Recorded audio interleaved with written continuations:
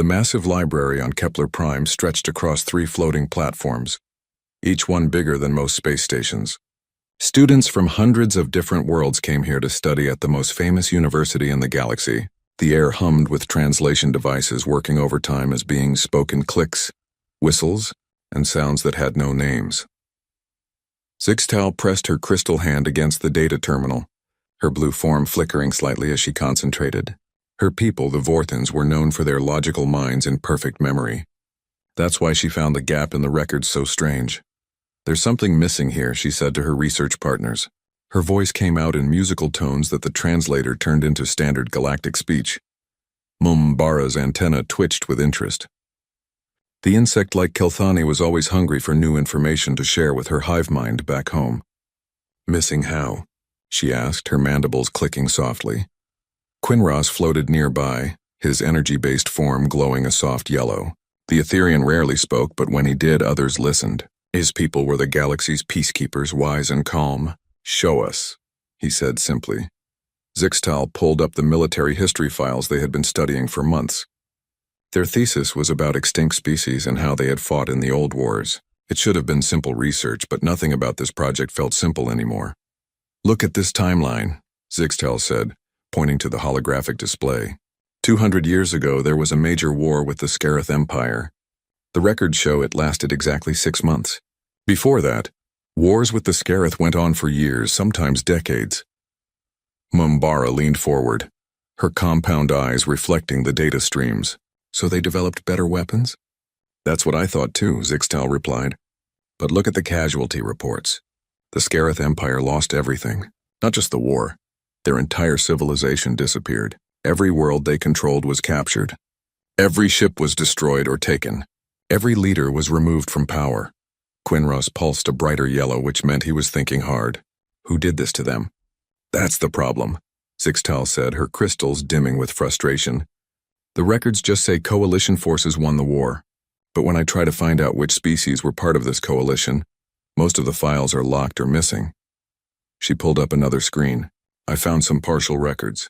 The Altarians were there and the Zephyrian fleet, but there are references to another group that I can't identify. Look at this." The hologram showed a damaged report. Most of it was unreadable, but a few words stood out. "Terran forces exceeded all expectations. Unconventional tactics. Psychological impact severe. Recommend immediate." The rest was gone. "Terran?" Mumbara repeated. "I've never heard of that species." "Neither have I," Quinross said. "And my people keep records of every species in the galaxy." Zixtal's excitement grew. Her crystal form flickered faster when she was onto something interesting. "I searched for Terran in every database. Most searches come back empty, but I found this." She showed them an old species catalog. There was an entry for Terrans, but it was marked with red text. Status: extinct, relocated. Military classification restricted. Galaxy war participation absolutely forbidden. The 3 students stared at the screen in silence. "Forbidden?" Mumbara whispered. "Why would an extinct species be forbidden from wars?" "Maybe they're not extinct," Quinross said quietly. Zixtal was already working on her terminal again, her crystal fingers moving faster than most organic beings could think. "I'm searching for any other references to this Terran incident that was mentioned in the damaged file." What she found made her form flicker so quickly that her friends thought she might overload. "There are thousands of references," she said, her voice filled with wonder and worry. "But they're all classified. Every single one. The only thing I can access are the classification codes, and they're all marked Galactic Security. Highest priority." Mumbara's hive mind connection was buzzing with excitement. Her people loved mysteries, especially ones that might involve military secrets. "Can you break the encryption?" "I shouldn't," Zixtal said. But even as she spoke, her logical mind was already working on the problem. "These files are protected by quantum locks. If I try to break them and fail, we'll be expelled from the university." "And if we succeed?" Quinross asked. "Then we might learn something that the entire galaxy has been trying to hide for 200 years. They worked through the night. Zixtal used her perfect memory to find patterns in the classification codes. Mumbara connected to her hive mind, using the combined processing power of millions of her sisters to crack the quantum encryption. Quinross used his energy-based nature to interface directly with the computer systems, sliding through security like light through glass. Just before dawn, they broke through. The first file that opened was a star chart. It showed a section of the galaxy marked as Dead Zone, no entry, automated defense active. "Look at these coordinates," Zixtal said, her voice barely above a whisper. The Dead Zone was in the outer rim, far from any major trade routes or colonies. According to the official records, it had been poisoned by some kind of ancient weapon during the old wars. No life could survive there. Ships that entered the zone were never seen again, but the star chart they were looking at told a different story. It showed energy readings, mineral extraction operations, and what looked like massive space stations. The file was dated just 3 months ago. "This doesn't look dead to me," Mumbara said. Quinross was studying another file. "Look at this. It's a list of supply shipments to something called Terran Containment Zone. Food, medical supplies, raw materials. Enough to support billions of people." "Containment?" Zixtal repeated. "You contain dangerous things. You contain weapons or diseases or dangerous people," Quinross finished. They found more files. Reports about breeding populations and cultural preservation. Documents about isolation protocols and reintegration studies. And everywhere, the same message. The Terrans were too dangerous to be allowed back into galactic society. But dangerous how? They had been banned from all wars, which suggested they were good at fighting. But lots of species were good at fighting. The Kralix were natural predators. The Scarith had been conquerors. The Zephyrians had weapons that could crack planets. What made humans so different that the entire galaxy had to lock them away? As the university began to wake up around them, the three friends stared at their discovery. They had found proof that an entire species had been hidden away for 2 centuries. A species so dangerous that even mentioning them was classified. "We have to go there," Zixtal said finally. "Go where?" Mumbara asked, though she already knew the answer. "To the Dead Zone. We have to find out what the galaxy is so afraid of." Quinross pulsed a worried orange. "The automated defenses will destroy us." "Maybe," Zixtal said. "Or maybe they'll do something else. Maybe they'll take us to meet the people the galaxy has been hiding." She looked at the star chart again, memorizing the coordinates with her perfect crystal memory. "We came here to study extinct species and their military contributions. Well, I think we just found the most important military force in galactic history, and they're not extinct at all." The 3 students made their decision. They would steal a ship, break through a galactic quarantine, and discover the truth about the species that had been erased from history. They had no idea that their journey would change everything they thought they knew about war, peace, and what it really meant to be dangerous. The stolen research vessel Curiosity's Edge drifted at the border of the Dead Zone like a tiny insect approaching a spider's web. Through the viewports, the 3 students could see nothing but empty space and distant stars. The official navigation charts showed this area as a void. No planets, no stations, nothing but radiation and death. But their stolen files told a different story. "Sensors aren't picking up anything," Mumbara reported from the pilot's seat. Her compound eyes reflected the instrument displays as she worked the controls with 4 arms at once.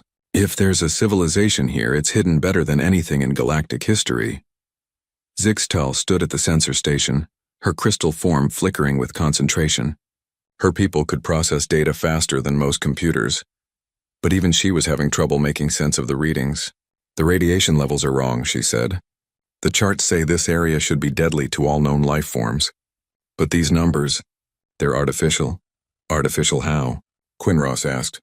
The Etherian floated near the navigation console, his energy-based body glowing a nervous blue-green.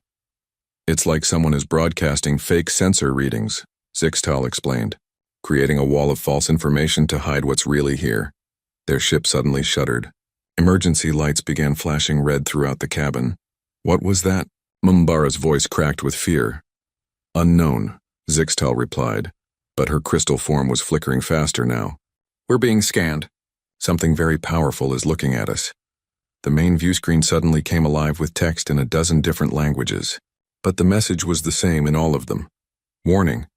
You have entered restricted space, authorized personnel only Terran containment.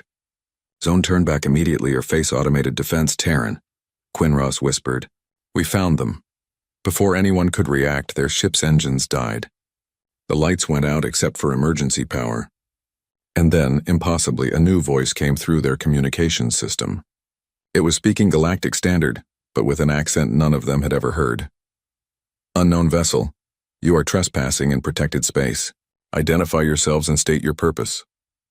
Sixtel moved to the communications panel with shaking crystal hands. This is a research vessel from Kepler Prime University. We're students. We didn't know anyone lived here. There was a long pause. Then, students?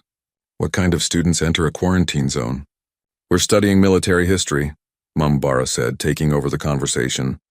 We found references to Terrans in old war records. We thought you were extinct. Another pause, longer this time. Then the voice spoke again, and this time it sounded amused. Extinct? No, not extinct, just contained.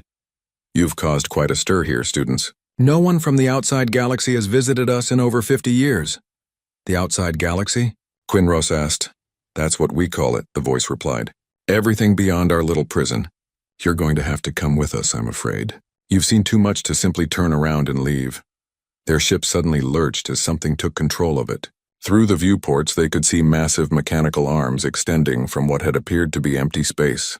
The arms were connected to a structure so large that their sensors couldn't measure all of it at once. What is that thing? Bara breathed. As they were pulled deeper into the hidden system, the false radiation field faded away like morning mist. What they saw beyond it made all three students forget how to speak. Planets. Dozens of them, all blue and green and brown, all obviously alive and thriving. Space stations the size of moons orbited each world, connected by streams of ships that moved in perfect formation. Industrial complexes that stretched across entire continents sent rivers of light flowing between the planets, and everywhere, defenses. Weapon platforms that could crack moons, shield generators that covered entire worlds, fleets of warships that moved in patterns none of them recognized, but which somehow felt perfectly organized and deadly. How many people live here? Sixtel asked in a tiny voice. Currently, about 15 billion. The voice on the radio replied casually, not counting the research stations and deep space facilities. We've been busy during our isolation. Their ship was guided to a space station that looked like it had been built inside a hollowed-out asteroid. As they docked, the students could see other ships moving around them. But these weren't like any vessels in the galactic fleet. They were sleek and dangerous-looking, built for speed and stealth rather than cargo or exploration.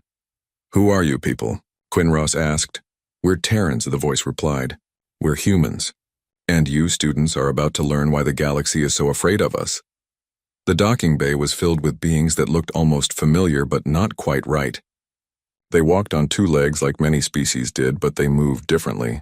There was a confidence in the way they carried themselves, a readiness that reminded Zixtal of predators she had studied. But they also looked ordinary. No natural weapons like the Kralix had. No armored shells like the Kelthani. No energy manipulation like the Etherians. Just soft-looking creatures with pale skin and strange hair covering their heads. One of them approached their ship. She was clearly old, her hair was white and lines marked her face but she moved like a much younger being. When she spoke, it was in the same accented voice they had heard on the radio. Welcome to New Terra Station. I'm Admiral Sarah Chen, current commander of the Terran Defense Force. You can consider yourselves our guests. For now.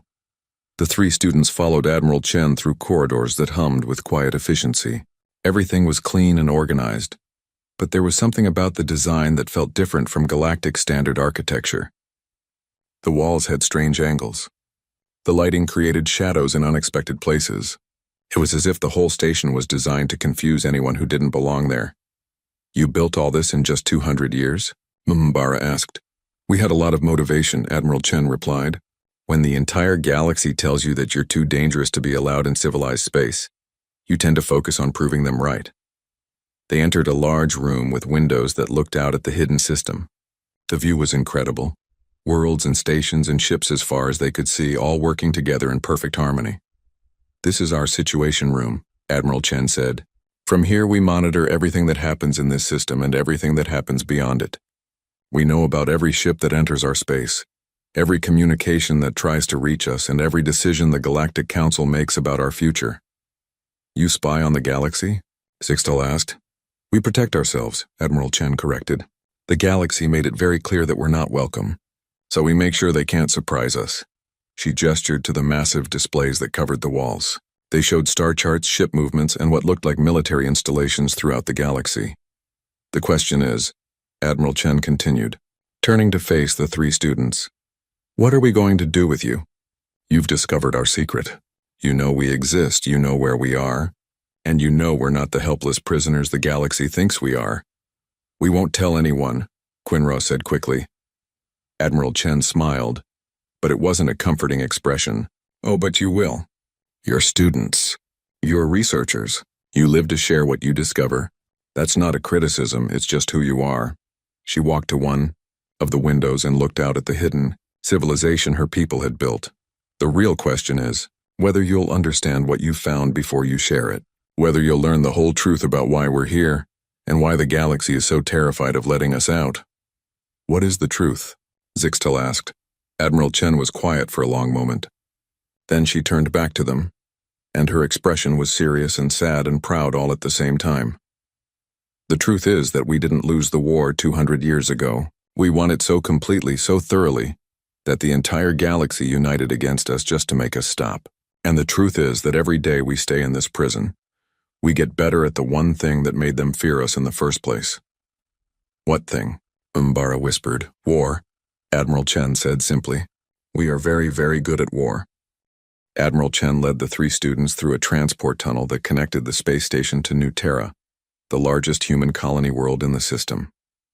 As they traveled, Zixtal noticed that every human they passed stopped what they were doing and nodded respectfully to the Admiral. But they also looked at the alien students with curious eyes, as if visitors from the outside galaxy were the most interesting thing they had seen in years. "How long has it been since outsiders came here?" Quinrose asked. "You're the first in my lifetime," Admiral Chen replied. "The last official visitors were Galactic Council inspectors, and that was over 50 years ago. They came to check that we were following the terms of our containment. They left very quickly. The transport emerged onto the surface of New Terra, and the students got their first look at a human world. It was beautiful in a way that reminded them of the peaceful worlds of the Etherians, but there was something different about it. The cities were designed with clear sight lines and multiple escape routes. The transportation networks could obviously be used to move military equipment quickly. Even the farms were arranged in patterns that would be defensible in case of attack. "You built this world like a fortress," Ma'ambara observed. "We built every world like a fortress," Admiral Chen said. "When you're surrounded by enemies, you learn to think defensively." They arrived at what Admiral Chen called the War College, a massive building that looked like it could hold 100,000 people. Inside, the walls were covered with star charts, battle plans, and holographic displays showing military movements from across the galaxy. "This is where we study war," Admiral Chen explained. "Every human child spends at least 2 years here, learning about military history, strategy, and tactics. Not because we want to fight, but because we need to be ready if fighting finds us." She led them to a large auditorium where several hundred human students were already seated. The alien visitors caused a stir of whispered conversations, but everyone quickly fell silent when Admiral Chen walked to the center of the room. "Today's lesson will be different," she announced. "We have guests from the outside galaxy, students who have discovered our existence and want to know why we're here. I think it's time they learned about the Terran incident." The lights dimmed and a massive holographic display appeared above their heads. It showed a star chart of the galaxy as it was 200 years ago. "Before the incident," Admiral Chen began, "humans were new to galactic society. We had just developed faster-than-light travel and made contact with the Galactic Council. We were excited to join the community of intelligent species and contribute to galactic civilization. The display showed human ships meeting with alien vessels, trade agreements being signed, and human colonies being established on the edges of known space. We were invited to join the Galactic Defense Coalition," Admiral Chen continued. "The galaxy was having trouble with the HFY Empire, a militaristic species that had been conquering their neighbors for decades. Previous wars with the Scarith had lasted years and cost millions of lives. The Council thought that fresh troops and new perspectives might help." Zixtal remembered the record she had found. "The war only lasted 6 months. "Exactly," Admiral Chen said with a grim smile. The Council expected us to take defensive positions and help hold the line while they negotiated a peace treaty. That's how galactic wars usually worked. Show strength, make the enemy pay a price, then negotiate a settlement that both sides could accept. The holographic display showed the beginning of the war. Human ships were small compared to the massive vessels of other species, but there were a lot of them, and they moved in complex patterns that seemed almost random. But humans don't think about war the way other species do, Admiral Chen explained. When we fight to win completely, not to gain an advantage for negotiations, not to capture territory or resources. We fight to eliminate the threat entirely. What do you mean? Quinross asked, though his energy form was already glowing a worried orange. Watch, Admiral Chen said. The display showed the first human engagement with Scarith forces. Instead of the traditional fleet-to-fleet battle that everyone expected, the human ships spread out across an enormous area of space. Some attacked the enemy fleet directly, but others did something no one had ever seen before. They attacked everything else. While the Scarith were focused on our battle fleet, Admiral Chen narrated, other human forces were hitting their supply lines, their communication networks, their shipyards, and their colony worlds. We didn't just fight their military, we fought their entire civilization. The display showed Scarith supply convoys being destroyed, communication satellites going dark, and orbital factories being captured or eliminated. Within weeks, the mighty Scarith fleet found itself cut off from resupply and unable to coordinate with their home worlds. That's comprehensive, Mumbara said quietly. It gets worse, Admiral Chen replied. Or better, depending on your point of view. The display showed human forces landing on Scarith worlds, but instead of the brutal planetary invasions that everyone expected, something else happened. Massive information campaigns flooded the Scarith communication networks. Human forces specifically targeted Scarith leaders while protecting civilian populations. Propaganda broadcasts explained to ordinary Scarith citizens that their government had started an aggressive war that was now lost. Psychological warfare, Zixtal said, understanding beginning to dawn in her crystal mind. We didn't just defeat their military, Admiral Chen confirmed. We convinced their own people to surrender.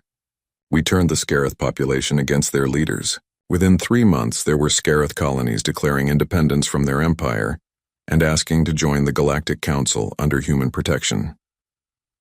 The display showed the final phase of the war. The Scarith Empire, which had been a threat to the galaxy for decades, simply fell apart. Their fleet surrendered. Their leaders fled or were captured. Their aggressive expansion stopped completely. And then, Admiral Chen said, we kept going. Kept going how? Quinross asked, though he clearly didn't want to hear the answer. The Scarith had allies, Admiral Chen explained. Species that had helped them, supplied them, or simply looked the other way while they conquered their neighbors. From a human perspective, these species were also threats. They had supported our enemies, so they needed to be dealt with. The display showed human forces moving beyond Scarith space into the territories of their former allies. The same pattern repeated. Comprehensive attacks on military and civilian infrastructure, psychological warfare campaigns, and the rapid collapse of organized resistance. How many species did you deal with? Mumbara asked. 12, Admiral Chen replied. In 6 months, human forces had defeated or forced the surrender of 12 different species. We occupied over 300 worlds, captured thousands of ships, and eliminated every military threat in that entire sector of the galaxy. The 3 students sat in stunned silence. Around them, the human students watched with expressions of pride and sadness. We thought we were being helpful, Admiral Chen continued. We had eliminated a major threat to galactic peace. We had freed dozens of oppressed worlds. We had brought stability to a region that had been at war for decades. But the galaxy didn't see it that way, Zixtal said, beginning to understand. No, they didn't. Admiral Chen's voice was heavy with old pain. They saw a new species that could defeat anyone, conquer anything, and show no mercy to their enemies. They saw humans as a threat bigger than the Scarith had ever been. The display changed to show the galaxy's response. Species that had been enemies for centuries suddenly formed alliances. The Galactic Council called emergency sessions. Military forces from across the galaxy began moving toward human space. 47 different species, Admiral Chen said. 47 species that had never agreed on anything before, all united by one thing: their fear of what humans might do next. So they went to war with you? Quinross asked. Admiral Chen shook her head. They were smarter than that. They knew that a direct military confrontation would cost billions of lives and might not even succeed. Instead, they offered us a choice. The display showed the final act of the Terran incident, a massive fleet of alien ships surrounding the human colonies but not attacking, messages being sent back and forth, negotiations that lasted for weeks.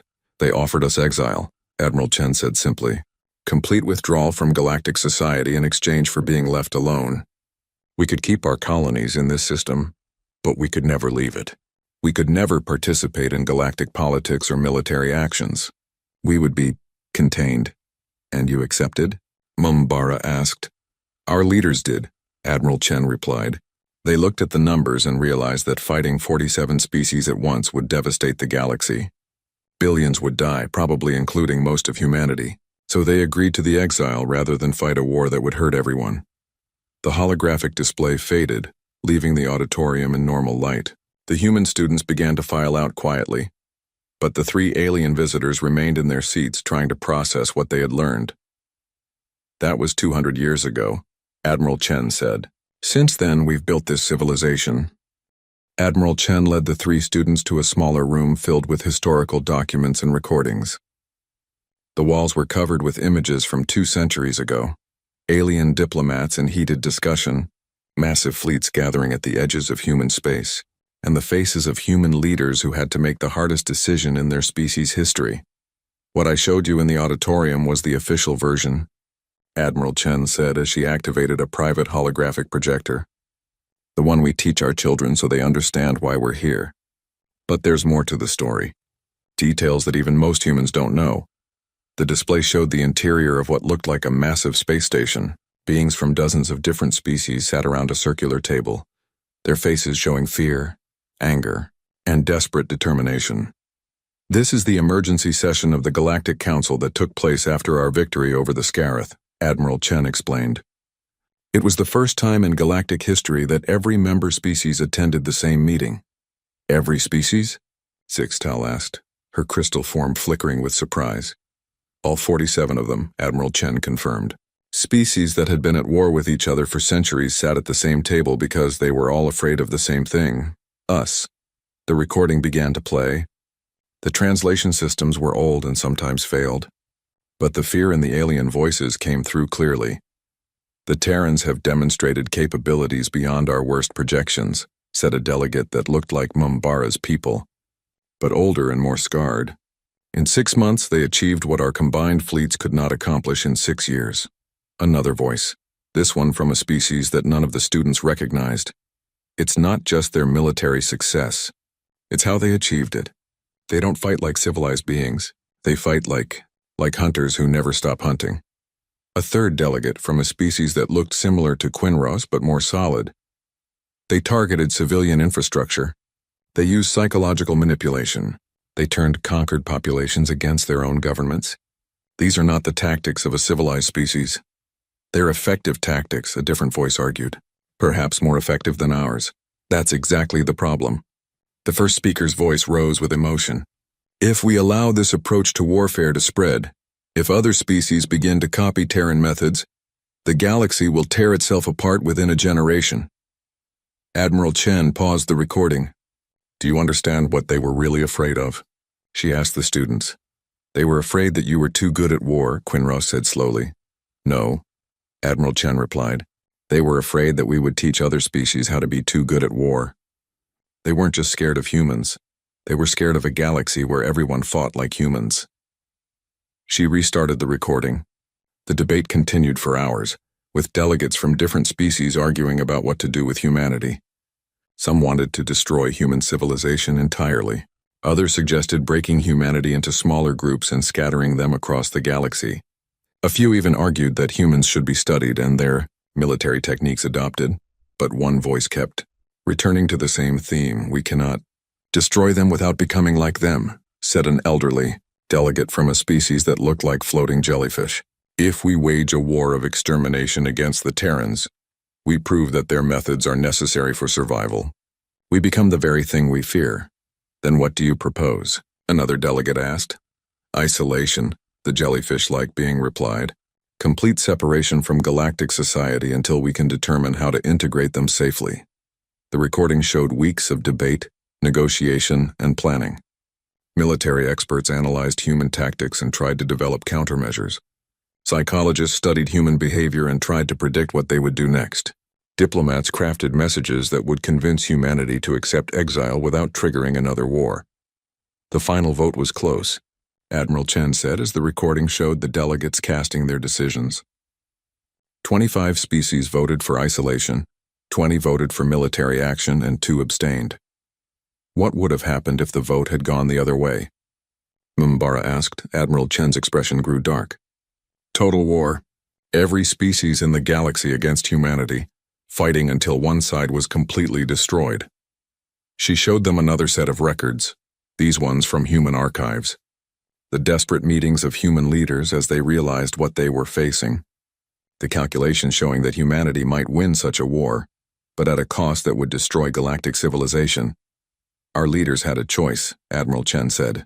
Accept exile and preserve both humanity and the galaxy, or fight a war that would leave billions dead and turn the galaxy into a wasteland. The display showed the human response to the galactic ultimatum. Admiral Sarah Chen recognized several of the faces, her own ancestors who had helped make the decision that shaped her entire world.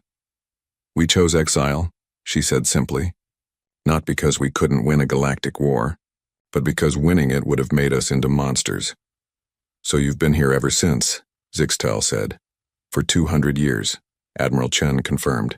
47 species have been watching us, studying us, trying to figure out how to safely let us back into galactic society. And every few years they send inspectors to make sure we're still contained. But you said the last inspectors came 50 years ago, Quinn Ross remembered. Admiral Chen smiled, but there was no humor in it. The last official inspectors. We're very good at detecting unofficial ones. She activated another display, this one showing current galactic military movements, ships changing patrol routes, weapons being moved to new positions, communication networks being upgraded with better encryption. The galaxy has spent 2 centuries preparing for the possibility that humans might break containment, Admiral Chen explained. Every major species has developed what they call Terran protocols, military plans specifically designed to counter human tactics. Do they work? M'Bara asked. Some of them might, Admiral Chen admitted. If we were the same humans who accepted exile 200 years ago, but we're not. The display changed to show human military exercises in the outer system, ships moving in patterns that seemed impossible, weapons that bent space itself, and tactics that made the students' heads hurt just trying to understand them. We've had 200 years to think about war, Admiral Chen said. 200 years to study every military conflict in galactic history. 200 years to develop new technologies, new strategies, new ways of thinking about conflict. You've been preparing to break containment, Zixtal said. It wasn't a question. We've been preparing to defend ourselves, Admiral Chen corrected. But yes, some humans believe it's time to end our exile. They argue that we've been punished long enough for the crime of being effective. She showed them recordings of human political debates, passionate arguments between those who wanted to honor the old agreement and those who believed humanity deserved to rejoin galactic society. Younger generation especially, Admiral Chen continued. Humans who were born in exile who never agreed to these restrictions. They see our isolation as a prison, not a choice. What do you think? Quinross asked. Admiral Chen was quiet for a long moment, looking at the displays showing both human military might and galactic defensive preparations. I think, she said finally, that the galaxy's fear of us has become a self-fulfilling prophecy. They isolated us because we were too dangerous, and that isolation has made us more dangerous than we ever were before. How? M'Bara asked. Because we've had nothing to do for 200 years, except get better at the one thing that made them afraid of us in the first place. Admiral Chen's voice was sad and proud at the same time. We are the most militarily advanced civilization in galactic history, and we've been locked away like a weapon too dangerous to use. So what happens now? Zixtal asked, Admiral. Chen looked at the 3 students, representatives of the galaxy that had imprisoned her people for 2 centuries. Now you go back to your university, and your research, and your normal lives. and you decide whether to tell the galaxy that their prison is no longer strong enough to hold what they put inside it. The room fell silent except for the hum of the computers and the distant sounds of human civilization continuing its daily routine. The three students realized they were sitting at the center of the most important secret in galactic history, and soon they would have to decide what to do with it. "There's one more thing you should know," Admiral Chen said quietly. "This conversation, this entire visit, wasn't an accident. We've been watching the galaxy's academic networks for decades, waiting for someone to ask the right questions. You wanted us to find you," Quinros said, understanding flooding through his energy form. The journey back to Kepler Prime felt like traveling between two different universes. The three students sat in silence for most of the trip, each lost in their own thoughts about what they had discovered. Behind them lay a hidden civilization of 15 billion humans, armed with weapons and knowledge that could reshape the galaxy. Ahead lay their university, their professors, and a decision that would affect every living being in known space. "We have to tell someone," Sixtal said finally as their ship approached the university's space dock. Her crystal form had been flickering constantly since they left human space, a sign of deep mental processing. "Do we?" Quinros asked. His energy body glowed a confused mixture of colors. Admiral Chen said herself that humans have been waiting for the galaxy to ask the right questions. "Maybe we're not supposed to give answers, maybe we're supposed to help people ask better questions." Mumbara's antenna twitched nervously. Her connection to the Kelthani hive mind had been buzzing with conflicting signals ever since they returned to normal space. "My people are already asking questions. They can sense that I've learned something important, but they don't know what. If I don't share this knowledge soon, they'll assume it's dangerous to the hive." They docked at the university and went through the normal procedures. Customs checks, health scans, academic status verification. Everything seemed exactly the same as when they had left, but the students felt like completely different people. Professor Veltar was waiting for them at the library. The elderly Zephyrian academic had been their thesis advisor for 2 years, guiding their research into extinct species and military history. His scaled face showed relief when he saw them return. "Students, you've been gone for over a week without filing a travel plan." The administration was beginning to worry. His voice carried the authority of someone who had been teaching for longer than most species lived. "We had to investigate something," Zixtal said carefully. "We found some irregularities in the historical records." Professor Veltar's expression changed subtly. His eyes, all 6 of them, focused on the 3 students with new intensity. "What kind of irregularities?" "References to a species called tyrants," Mumbara replied, "and something called the Terran incident." The professor was very still for a long moment. Then he gestured for them to follow him to a private office deep in the library's restricted section. "Close the door," he said once they were inside, "and activate the privacy screens." The small room suddenly filled with a soft humming sound that would prevent anyone from overhearing their conversation. "How much do you know?" Professor Veltar asked. The question hung in the air like a challenge. The students looked at each other, realizing that their advisor knew more than he had ever admitted. "We know they're not extinct," Zixtal said finally. "We know they've been in exile for 200 years. And we know why." Professor Veltar sank into his chair as if a great weight had settled on his shoulders. "Then you know more than most professors at this university. More than most beings in the galaxy." "You're part of it," Quinros said. It wasn't a question. "You're part of whatever group has been hiding the truth." "The Containment Monitoring Committee," Professor Veltar admitted. 47 species, each with representatives whose job is to watch human space and assess the ongoing threat level. He activated a holographic display that showed the university's organization chart.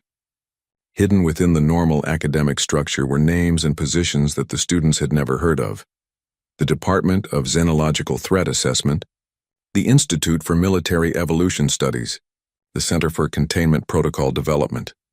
"We've been studying humans for 2 centuries, Professor Veltar continued, trying to understand them well enough to safely reintegrate them into galactic society. But every year they become more advanced, more dangerous, more human." "So you guided our research," Mumbara said, understanding flooding through her hive mind connection. "You wanted us to discover the truth." "Not just us," Professor Veltar replied. "There are students at universities across the galaxy asking the same questions. finding the same clues. The committee has decided that it's time for the next generation to understand what we're dealing with. He showed them reports from other academic institutions, students who had discovered references to the Terran incident, professors who had been gradually revealing classified information, and researchers who were beginning to question the official history of the last 2 centuries. "Why now?" Zixtal asked. Professor Veltar's expression grew grave. "Because the current situation is unsustainable. Every year, more humans are born who never agreed to the containment. Every year, their technology advances beyond our ability to monitor it. And every year, some incident almost triggers the protocols that would end human exile permanently." "What kind of protocols?" Quinros asked, though his energy form was already glowing with worry. "Military protocols," Professor Veltar replied. "Plans to either integrate humans back into galactic society or ensure they never become a threat again." The room fell silent as the implications sank in. "You're talking about war," Mbara whispered. "We're talking about preventing war," Professor Veltar corrected. "The galaxy has 2 choices: find a way to safely end human containment, or find a way to make containment permanent." He showed them classified reports from recent monitoring missions. Human ships testing the edges of their permitted space, human communication systems reaching farther into the galaxy than ever before, and most concerning, evidence that younger humans were developing new attitudes toward their exile. Admiral Chen mentioned that some humans want to break containment. Zixtal remembered. "More than some," Professor Veltar said grimly. "Our latest intelligence suggests that nearly 60% of the human population now supports ending the isolation agreement. They call it the Liberation Movement. What do they want?" Quinros asked. "What any imprisoned people want: freedom, the right to travel, to trade, to participate in galactic civilization, the right to be judged by their current actions rather than their ancestors' reputation." Professor Veltar showed them more files: human political movements, military exercises that looked suspiciously like invasion preparations, and diplomatic messages that had been sent toward galactic space but intercepted by monitoring systems. "The humans aren't planning to attack anyone," he explained. "But they are planning to leave their exile whether the galaxy approves or not. And that terrifies the Galactic Council, because if humans rejoin galactic society, other species might adopt human military methods," Mumbara said, remembering what Admiral Chen had taught them. "Exactly. The galaxy has maintained peace for 2 centuries partly because human warfare tactics remained contained. If humans begin interacting with other species again, if they share their knowledge or even just demonstrate their capabilities, it could trigger an arms race that would end galactic civilization." The 3 students sat in their chairs, overwhelmed by the weight of what they had learned. They had started out researching extinct species for an academic thesis. Now they were sitting at the center of the most important political and military crisis in galactic history. "So what happens next?" Zixtal asked. Professor Veltar looked at each of them carefully. "That depends on what you do with what you've learned. The committee has been debating this question for months. Should we tell the galaxy the truth about human capabilities, or should we continue to maintain the secret?" "What are the options?" Quinros asked. "If we reveal the truth, panic might follow. 47 species learning that their greatest fear has spent 2 centuries becoming even more fearsome. Military buildups, preemptive strike planning, maybe even the galactic war we've been trying to avoid. And if we don't reveal it, then we continue the current situation until something breaks. Either humans force their way out of containment, or the galaxy forces them deeper into it. Either way, the secret doesn't stay secret much longer." Professor Veltar activated one more display, this one showing a live feed from the edges of human space. Automated monitoring stations, weapon platforms, and ships from dozens of different species all watching and waiting. "There's a third option," he said quietly. "Controlled revelation. Gradual disclosure. Preparing the galaxy for the truth instead of hitting them with it all at once." "How?" Ambara asked. "Academic papers, research presentations, student discoveries that lead to faculty investigations that lead to policy discussions. Instead of announcing that humans are dangerous, we let the galaxy slowly realize that humans might be necessary." "Necessary for what?" Zixtal asked. Professor Veltar showed them the final display, current threats to galactic security that had been growing while everyone focused on the human problem. Aggressive species beyond the galaxy's borders, resource conflicts that were escalating toward war, and political instabilities that traditional galactic military forces seemed unable to handle. The galaxy has spent 2 centuries afraid of human military capabilities, he said. But we may have reached the point where we need those capabilities more than we fear them. The 3 students looked at the evidence before them. A hidden human civilization that had spent centuries becoming the most militarily advanced species in galactic history